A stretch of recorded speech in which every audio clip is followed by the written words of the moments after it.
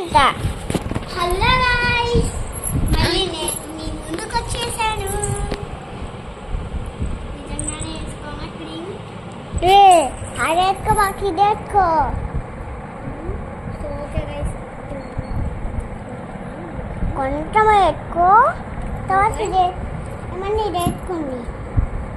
తర్వాత so miss అయ్యామన్నట్టు చూడండి. పర్పుల్.com కావాలంటే purple.com